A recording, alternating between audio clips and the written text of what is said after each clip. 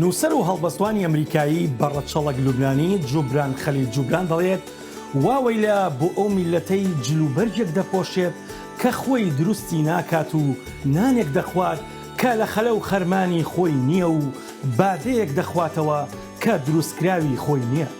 سڵاوی زایەڵەی داهێنان و جوانەکانی جیهانتان دەبێت.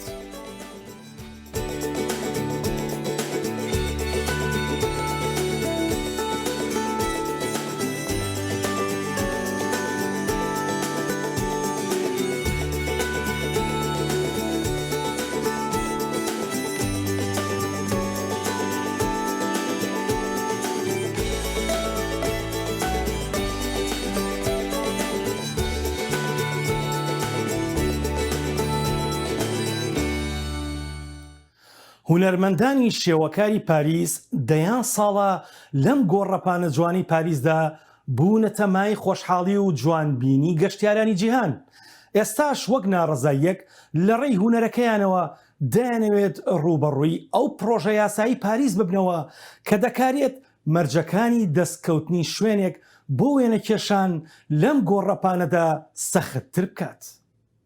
هونەرمەندان و وێنەکێشە پاریسیەکان لە شوێنی سمبۆلیکی دوو تێرترا لە مۆنتمارترا لە دژی پرۆژە یاسای شارداری پاریس کە کاریگەری دەخاتە سەر هەلومەرجی کارکردنی ئەو هونەرمەندانەی لەوێ کار دەکەن وەک ناڕەزایەتی دەربڕینی خۆیان ئەو تابلوانە پیشان دەدەن کە لەسەریان نووسراوە هونەرمەندان لە مەترسیدان. ئەم 250 هونەرمەندەی کە لە بەناوبانگترین گەلەری هونەری ڕووباز و کراوە کار دەکەن پێویستیان بە پڕکردنەوەی فۆرمێک و نووسینی نامەیەک دەبێت و هەروەها دەبێت نمونەی کارەکانیان لە پرۆفایلێکی ئۆنلایندا کۆ بکەنەوە. گۆڕینی تاقیکردنەوەی وێنەکێشان و کردنی ئەزموونەکە بە شێوەی ئۆنلاین بووە بە جێگای نیگەرانی هونەرمەندەکان و دەڵێن مەترسی ئەوە هەیە کە کەسانی فێڵباز و دەستبڕ وێنەی کەسی دیکە بنێرن و بەو شێوەیە شوێنی ئەوان بگرنەوە. زۆربەیان تووڕەن لەوەی کارەکەیان لەدەست بدەن. وەک جێرا تۆڵۆزو کە 51 ساڵ پێشستا لە تەمەنی 15 ساڵیەوە لەو شوێنەدا دەستی بەکار کردووە. ئەو بەڕۆیە ترزی گورد ئەم پرۆژە یاسایە سترسێکی زۆری بۆ دروست کردووە.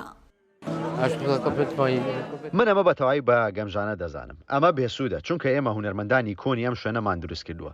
من نازانم بۆچی کەسانی تازە دێنە ئێرە و جێگای ئێمە دەگرنەوە. ئەمە جێگای قبولکردن نییە. ئەم فەرمانە نوێیەی شارداری جێبەجێکردنی فەرمانێکی ئەوروپی ساڵی 2017ە کە لەسەر کێبڕکەی بازرگانی لە شوێنە گشتیەکاندا دەرچووە و هێشتا جێبەجێ نەکراوە. خۆزە لویز وێنەکێش و نوێنەری هونەرمەندان لە دوو تێرترا دەڵێ کە داوای دادوەریەکی بە پەلەیان کردووە دژی بڕیارەکەی شارداری پاریس. بە لەبەرچاوگرتنی ئەم ناحەقیە داوای پێداچوونەوەیەکی بەپەلەمان لە دادگا کردووە لە دژی بڕیارەکەی شارداری.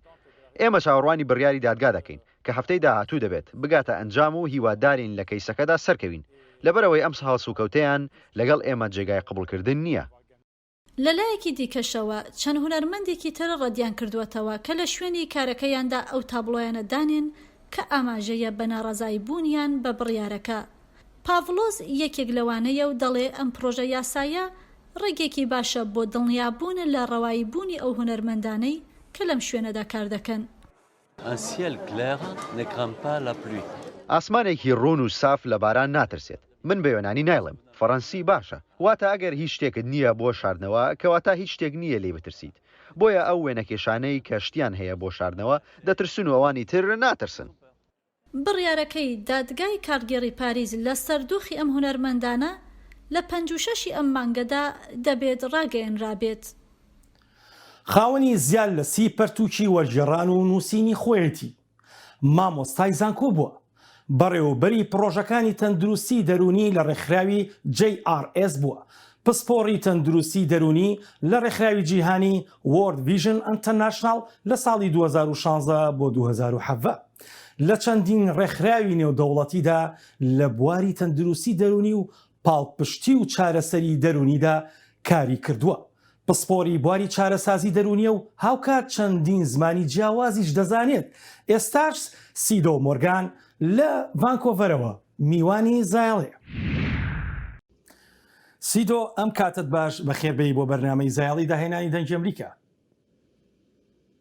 سڵاو کاگاسۆم کاتی بەڕێزت باش زۆر سپاس دەکەم. زۆر سپاس دەکەم.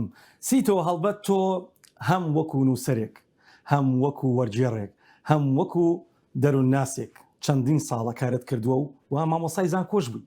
ئێستاکە ئەگەر پێت بڵێن کامەی حەزەکەی هەڵبژێری، کامی بەلاتەوە خۆشە، کامی بەلاتەوە گرنگە، کامی بەلاتەوە توانی زیاتر خزمەتکەی و زیاتر ئیشیت جوانی تیا بکەیت، کامیان هەڵبژێریت؟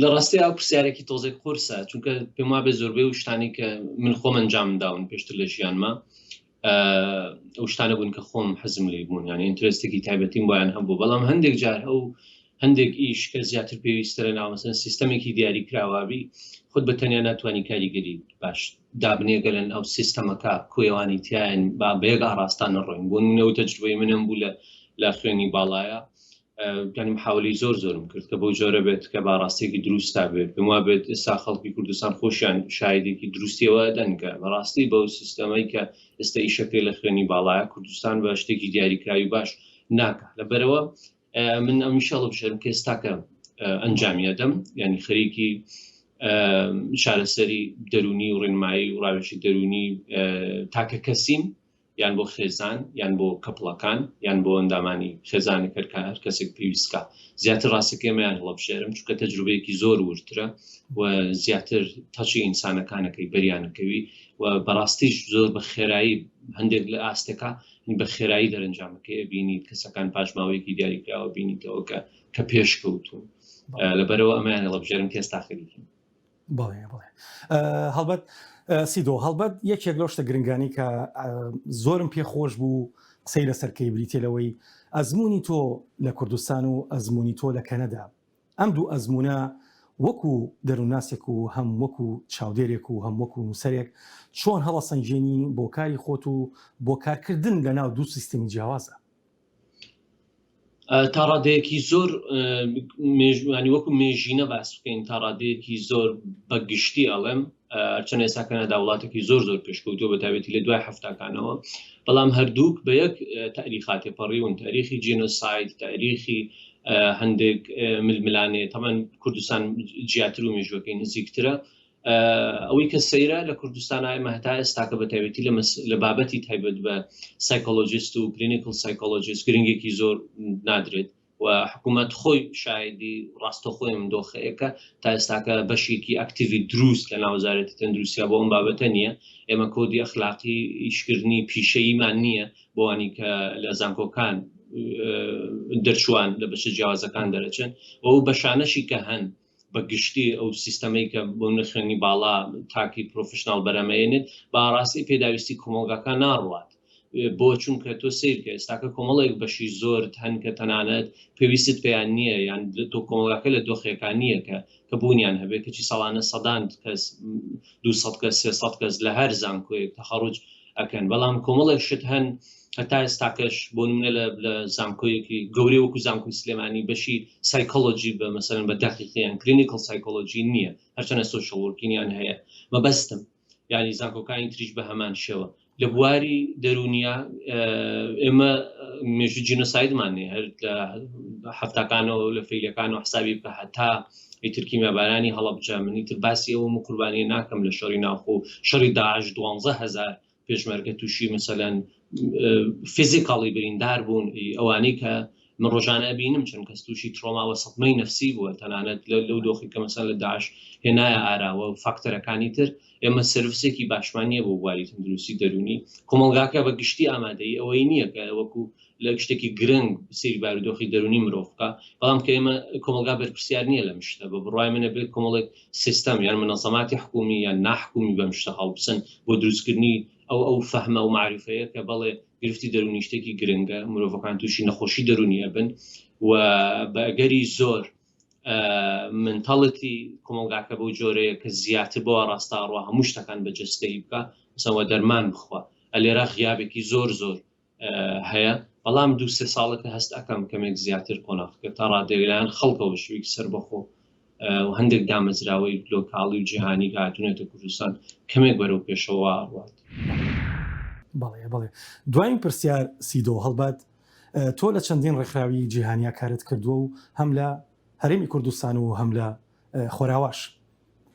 ئەزمموی تۆ لەنا ئەو ڕێکخراوانەیە و کاریگەریان لەسەر بە تایبەتی لەسەر خەڵک تا چەند بەلاتەوە گرنگە تا چەند گرنگە ڕێکخراوگەرێکی هەم نێودوڵەتی هەم ناوخۆی بۆ پەیوەندی بە خودی ئینسانەوە لە هەرێمی کوردستانەوە و پەیوەندی بە گەشەکردنی دەرونی و ڕۆحی ئینسانەوە کە کاریگەریان هەبێت لەسەر برەودان یان گەشە پێدانی ئەو بوارانە. بوونی ڕێکخراوەکان و ئامادەیان لە هەر شوێنێک کاریگەریەکی زۆر زۆر باشی هەیە بە تایبەتی حتا لە بواری لە سەراستا ئینتەرناشناڵ کوردستان کۆمەڵێکی باش ئەو دۆخانی کە ڕوبەڕووی کوردستان بوونەوە لەوانەیە هەموو کەس ئاگاداری ئەم ڕاستیە نەبێت کە ئەو قورسایی کە ئێستاکە لە ئاوارەکان لە فشار لە بەرکەوتوانی جەنگ لەسەر کوردستانە ئەگەر منەظەمات نەبوونایە بەڕاستی قورسایەکە زیاتر بوو. ئێستا کە قورسایی هەیە بەڵام زۆر زۆر زیاتر بوو ئەوان بە سەدان ملیۆن دۆلار پارە لە شوێنی جیاوازەکانەوە ئەهێنە ئەو وڵاتە. ئەو پرۆژەیە کە من تیایە بەڕێوەبەر بووم ینی لە یەکێک لە منەظەمەکان بەس لەم وڵاتەوە خێرۆمەند و کلیسا و خەڵکی نزیکەی 100 ملیۆن دۆلاریان نرد بۆ ئەو کوردانی کە بە زیان کەوتن لە کاتی مەسەلەن شەڕی داعشە. بوونی ڕێکخراو شتێکی گرنگە و یەکێک لەو شتانی کە زۆر بەلامەوە گرنگە ئەگەر قانونێکە بێ بۆ ڕێکخستنی هەم ماف هەم مەسئولیەتی منەظەمات ئەسڵەن دەوڵەت ئەتوانێت زۆر زۆر ئیسفادەیانێت. ئەم شوێنێک کە منیشی لە یەکەم بەشێکی زۆر زۆری ئەو یەکە و سێرڤیسانی کە لە واری دەرونیا لە واری تەندروستیان سەکتەری تایبەتن. زۆر سپاس بۆ کاتی پێدبەخشین بۆ بەرنامەی زایڵی داهێنانی دەنگی ئەمریکا. زۆر سپاس. لە نێوان دوو سنووردا کە ساڵانێک لەمەوبەر سنووری مەرگ و شەڕی 8 ساڵە و ئاوارەی نێوان دوو وڵات بوو. بەڵام ئەوە ساڵانێکە مام دەروێش لە نێوان ئەم دوو سنوورەدا هەوارێکی جوان دەبات بەڕێوە و ماندووی ڕێبوارانی هەردوو وڵاتەکە بە چای شیرین دەحەسێنێتەوە. لە نێو بازاڕی بیارەوە مام دەروێش بەرەو چاخانەکەی ڕێگەکەی گرتووەتە بەر ئەو جۆگەیەی کە پێیدا دەڕوات ئێستا ئەو لەو بەری ئێرانەوەی و منداڵەکەشی لە عێراقە واتە چاخانەکەی لە نێوان عێراق و ئێراندایە کە خۆی و هاوژینەکەی بەڕێوەی دەبن. شێخانە وڵای ئیمساڵ دامناوە تەقیب لە مانگی 5ەوە دامناوە ئەویش لەبەر خاتریەوە من بازێ باخم بوو لە سەرۆ لە خاکی ئێرانە ئاو نەبوو ئاویان بدەم و ئەتر مەجبور ئەوەم داناوە ئەم باخیشە بینی عێراق و ئێرانە هەر هەنگاوێکی بینە ئەم بەری جۆگەکە ئەم بەری عێراقە و ئەو بەریشی ئێرانە. چاخانەکە بووەتە هەوارگەیەک بۆ پێکگەیشتنی هاوڵاتیانی هەردوو وڵاتەکە کە ڕووی لێ دەکەن. کەشوو هەواکەشی هێندە فێنکە دەبێت بەیانیان خۆر بکەوێت پاشان بیکەنەوە.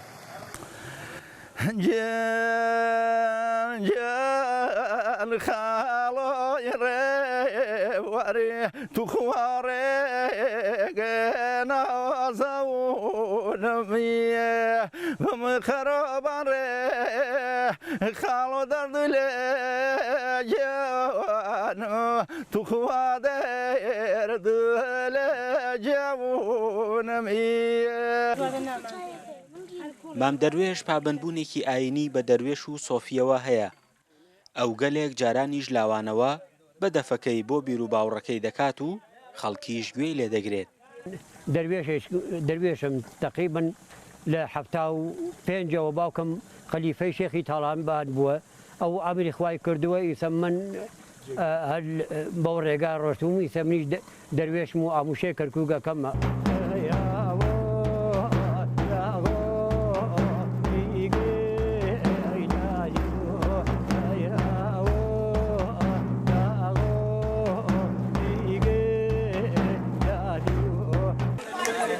لە ڕۆژانی هەینیدا ئەو گەشتیارانەی کە ڕوو لە هەورامان دەکەن چاکەی مام دەروێژ نۆش دەکەن. ئەمە خاکی ئێرانە ئەمەش خاکی عێراقە ئەمە چەمی هانە گەرمەڵەیە چایخانەی دەروێش پلەیەکی فێنێک هەوایەکی خۆش جەوێکی خۆش گەشتیارێکی زۆر ڕووی تێکارە بەر گەرمە. ئەم چایخانەیە شتێکە زۆر زۆر جوانە کاکەیەکی زۆر جوانە ئەی با بەڕێوە کۆمەڵی خەڵکی لە دەوری خۆی کۆ کردوێتەوە بزانم دەنگیشی خۆشە وەکو بیستم ئەوەندە چایخانەکەی کەوتۆتە بەشی عێراقەوە.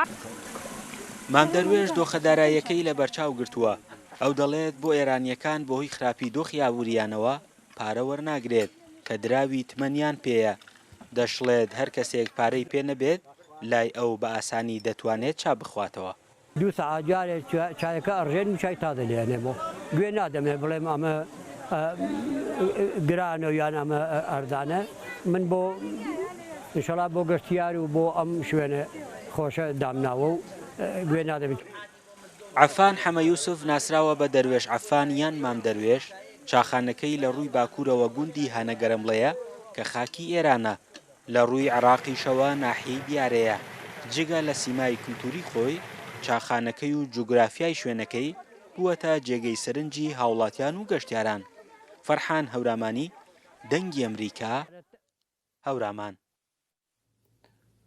هونەرمەندێکی کرواتی لەسەر لمی کەنار دەریا و ڕووبارەکان نەخش و نیگارەکانی بە ئەندازەیەکی واڵا دەنەخشێنێت لە فیستیڤاڵی هونەریدا و هاوکات چەندین کاری هونەری دیواربەندی ئەو شارەیان ڕازاندوتەوە لە پێناو دووبارە ڕاکێشانەوەی گەشتیاراندا.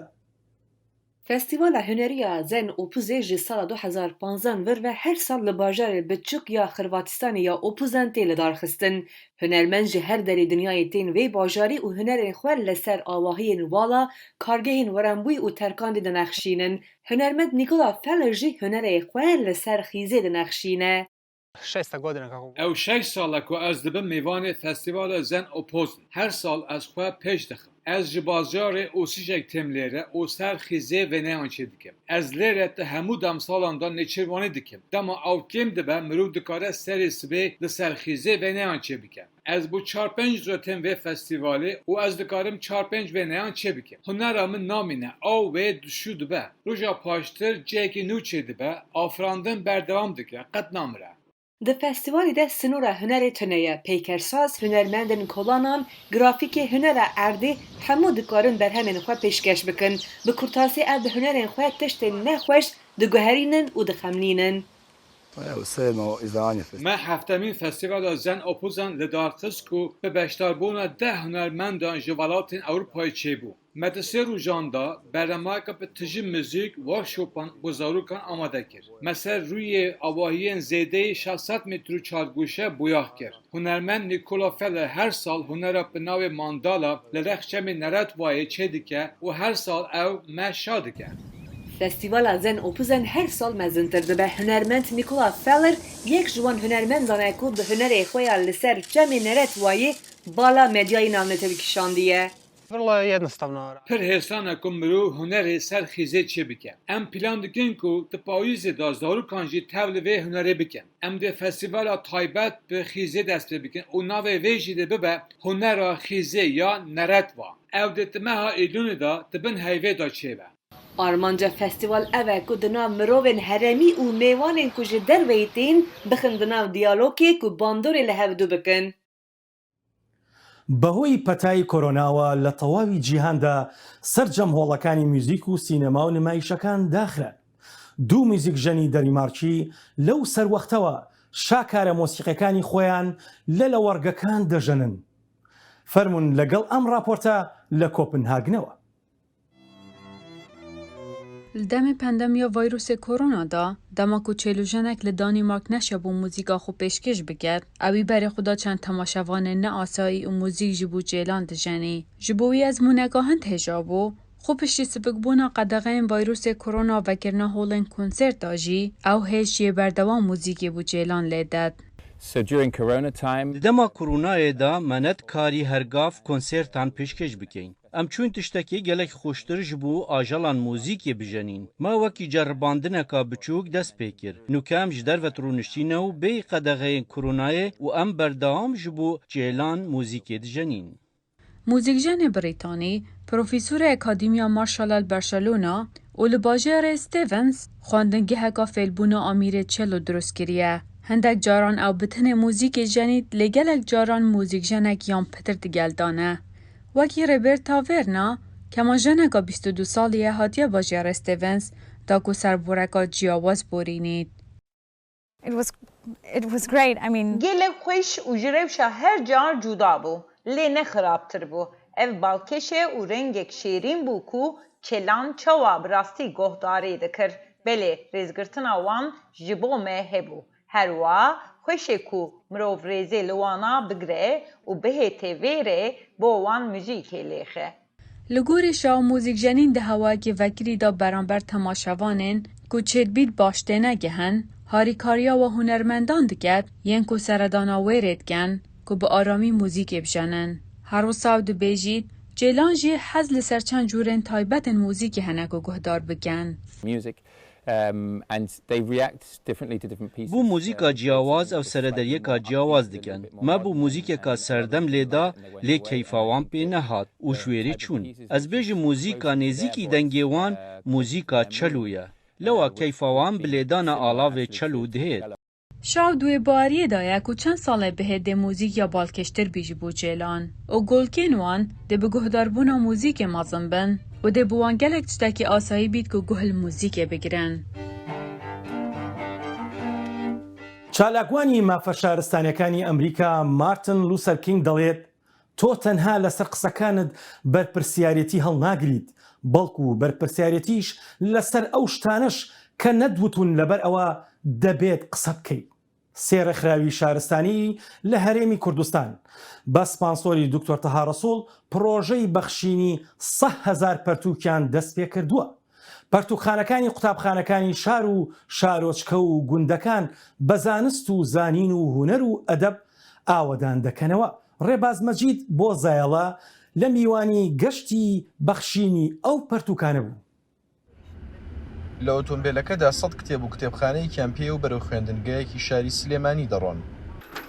لە هەڵمەتێکدا بە ناوی بە کللتورکردنی خوێندنەوە لەناو خوێندنگاکاندا کۆمەڵگەی پەروەردەی مارگرێت بە هاوکاری لەگەڵ دەستگای ڕۆشنبیری جەمال عیرفان و دامەزراوەی کەریمی ئەلەکا هەستاون بە دابەشکردنی 100,000 کتێب بەسەر خوێندنگاکانی هەرێمی کوردستاندا.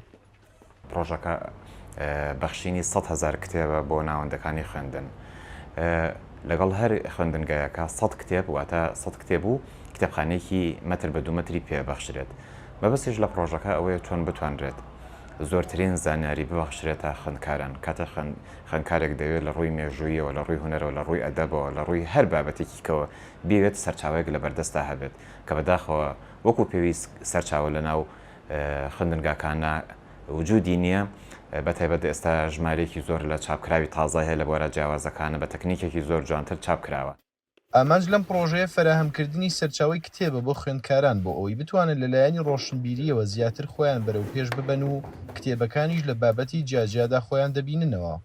گرنگێکی زۆری هەیە لەبەر ئەوەی کە هەر کاتێک بیانێت سەرچاویان دەسەکرێت چونکێکم خۆتە زانی ئێستاکە سەرچاوەکان کەمن بە زمانی کوردی هەر زۆر لاوازە سەرچاوە یا بێ بە عەرەبی بە یا بێ بە ئینگلیزی بە کاتێ ئێمەم کتێبانە ئەگەرینە دەستی ئەو شوێنە دوورە دەستانە گرنگیەکی زۆری هەیە هەم لە ڕووی ڕۆشنبیریکردنی تاکەوە هەم لە ڕووی ئەوەی کە ئەتوانین ئێمە سوودێک بەو ناوچانە بگەێنین هەنێ ئەرک لە کۆڵی ئەوان بکەینەوە بۆ ڕادێ سەرچاویان کەم نەبێ. دیارە هەموو ئەم پرۆژەیە کۆمەڵگەی پەروەردەی مارگرێت و کۆمەڵگەیەکی پەروەردەی لە ناو شاری سلێمانی بەم پرۆژەیە هەستاوەکە بە سپۆنسەری بەڕێز دکتۆر تەها ڕەسوڵە. پرۆژەکە بە ڕۆشنبیرکردنی خوێندکارانە لە بوارە جیاوازەکان و لە تەمەنە جیاوازەکانە. خۆناغی یەکەم ئێمە لە ناو شاری سلێمانی و دەوروپشتا دەستمان پێ کردووە. هیوادارین لە دوای ئەوەی کە شاری سلێمانی دەوروپشتاوە کەمتوانین لە شاری کەرکووک لە هەولێر لە دووەک پرۆژەکە درێژە پێبین. لە ئێستادا پرۆژەی بە کللتورکردنی خوێندنەوە لە ناو خوێندنگاکانی پارێزگای سلێمانی سەرقاڵی دابشکردنی کتێبە و پلانیان وایە لە داهاتوویەکی نزیکدا چالاکیەکانیان بەرنە تەواوی پارێزگاکانی تری کوردستان و تا تەواوبوونی پرۆژەکە 100,000 کتێب دابش بکەن. ڕێباز مەجید دەنگی ئەمریکا سلێمانی. پیشانگایەک بۆ هونەرمەندانی شێوەکاری ئیتاڵی لە تەلاری ئیسحاق پاشا لە شاری ئاگری کرایەوە بۆتە جێگەی بایەخ و جێی خۆشحاڵی هاوڵاتیانی ئەو شارە. هاوکات 58 کاری هونەری لێرە نمایش دەکرێت. عارف ئەسڵان بۆ زایەڵە لەوێ بوو. پێشەنگەها وێنەیەن شەوەکارên ئیتالی لە قەسرا ئیسحاق پاشەیە لە باژارێکە بازیدا ئاگریە di 30 تیرمەهێدا دەست پێ کرد. پێشەنگەها ku di nava qesra dîrokî da hatiye vekirin rastî alaqeyekê baş hat. Di nava vê pêşengeyê de 58 tabloyên bi qîmet tên pêşkêşkirin. Ji bo vekirina pêşengehê hejmarek hunermendên navdariyên Kurd û karbidestên bajarê Agiriyê amade bûn. Di nava kesên ku serdana pêşengeha wêneyan kirî, muzîkvana Kurd Tara Mamodovan jî hebû. Ev ji Kurdên Rusyayê ye û li Stenbolê dijî û bi taybet bo dîtina vê pêşengehê hatiye bazidê. Beriya her tiştî pir kêfa min tê ku ez vî tiştî li welatê xwe dibînim, li bazî da rengîn dibînim. Ji ber ku ev tişt cereyê kemîn yani ez li vê derê tiştê ku sa cereyê kemîn dibînim. Ji bo navê jî em spasiya xwe ji Birêz Hikmet Eraslan û Ahmet Eraslan û birayê wî malbata wî re dikin ji bo vî karê hêja û bêhempa. Di tabloyên şewekarên Îtalî da xemgînî, şahî, bajarvanî, hêvî û cihên wêranbûyî hebûn. Şeyma Çetrez ji bajarê Agiriyê û dibêje ku ew dema van wêneyan dinêre civaka wan ya Kurd tê bîra wê. Ev tablonun zav me dibine wextî berê. Pişta me de resmek heye, tablok heye. Eva tablo em de dinêrin maleke vadakirî herkes wale îştê çûne cinê dinê da. Eva tablo min zav heva hez kir. Gavaz ketim hundur arast ji bo min ew rengên di nav de wekî ez kirim nav xeyalekî bêhempa. Her wêneyek weteyeka wî ya bêhempa heye û kûr heye. Taybetî jî min ji vê gelekî hez kir, ji rengên wê hez kir, ji şîroveya wê hez kir. Ez ji renga pir hez dikim û ez dikarim sahetekî li ber vî rengî bisekinim û temaşe bikim. Hêjayê gotinê ye ku pêşengeh ji aliyê Karsaz Hikmet Eraslan ve hatiye li darxistin û wî sala borê jî li heman cihê pêşengeha modeyê saz kiribû. Eraslan ku ji Bazidê ye bi van xebatan armanc dike ku warê dayîk û bavê xwe û herêmê bi van bernaman bide nasîn. Eraslan dibêje ku dema zarokên wan li van wêneyên xweşik dinêrin, dibe ku ev jî ji vê hunerê stût wergirin û mîna şewekarê navdariyê Kurd Ahmet Güneştekin jî hatî û pêşketî bibin. Kesê ku bixwaze va wêneyên va tabloyên xweşik bibîne, dikare bê qesa İshak Paşa û serdana vê derê bike. Arif Aslan, Deng Amerîka, Agirî. گۆرانیبێژی بەنێوبانگی ڕاپەری ئەمریکایی ئێمەنێم دەڵێت لە ڕاستیدا تۆ نازانیت سبەینت چی ڕوودەدات. ژیان گەشتێکی شێتانەیە، هیچ شتێک زامن نییە. تازایەڵەیەکی دیکە و جوانی و داهێنانێکی دیکە بەختەوەربن ماڵەوە.